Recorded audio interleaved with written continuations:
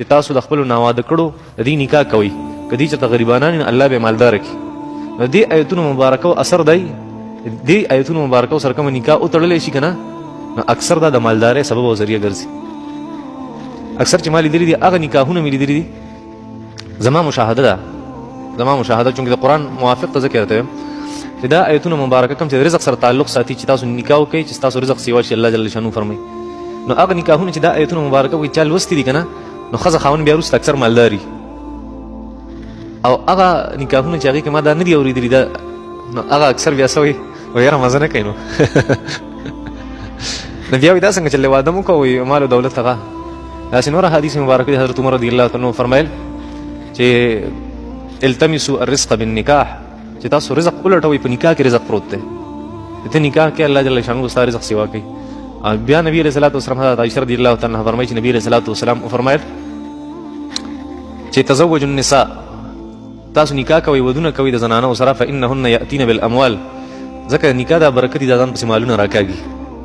نکاح ځان پس مالونه راکاږي او دا حدیث مبارکه او آیتونه مبارکه چې موږ په سو باندې اکتفا وکړو قصه ختمه او دې آیتونه مبارکه خپل یو برکت نو خبر ده چې انسان دا مو نو خبي نو خبره مې دا کوله چې نبی کریم صلی الله علیه وسلم هغه فرمایل چې زه د الله جل شانو یو مقربه بنده یم نږدې بنده یم زه نکاح کوم بیبیانې مشته زه خوراکم کوم زه روزم نیسم زه ودکې کوم زه د شپې عبادت کوم تاسو زمان زیات تقوادار خو نه نبی رسول الله فرمایل تاسو هم کوئ دنیا ته شاکوي مو لکه دا رهبانیت الله جل شانو نه خوخي لا رهبانیت فی الاسلام اسلام کې رهبانیت نشته دنیا ته شاکو بس صرف تقوا الله جل شانو دې کو فرمایل لا تحرموا طیبات ما احل الله لكم کوم څه چې الله جل شانو تاسو د پر حلال کړی نو هغه حراموي ما پزان باندې دا صحابه ته الله فرمایل چې دین اسلام تاسو ته پر حلال کړی دی هغه پزان حراموي ما دا مو وایي چې را زما نکاح نه کوم د دې وجه نه چې ما ته ټیم بیا نه ملاوي د عبادت زما خوراک نه کوم ځکه بیا صحیح عبادت نشم کولای مولانا عبد الحق دارمنګي رحمت الله علیه خپل تفسیر کې لیکلي دي ادي آیت مبارکه لاندې چې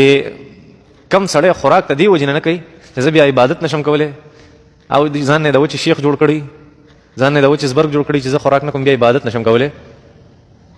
عبد الحق دارمنګي رحمت الله علیه فرمایله دا بامبړتوب دی څه دی بامبړتوب دی ایمانو چې کوم دغې کنه غي ته بامبړانو ایمان مالوي بامبړانو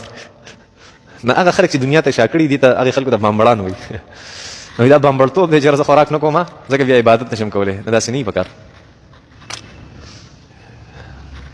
الله جل شانو فرمایي یا ایها الذين امنوا یا ایمان والو لا تحرموا طیبات ما احل الله لكم الله جل شانو چې تاسو لپاره حلال کړی په ځان ما حرام وي دا عام خلکو ته الله جل شانو فرمایي دا د يهوديانو یو عمل وو چې هغه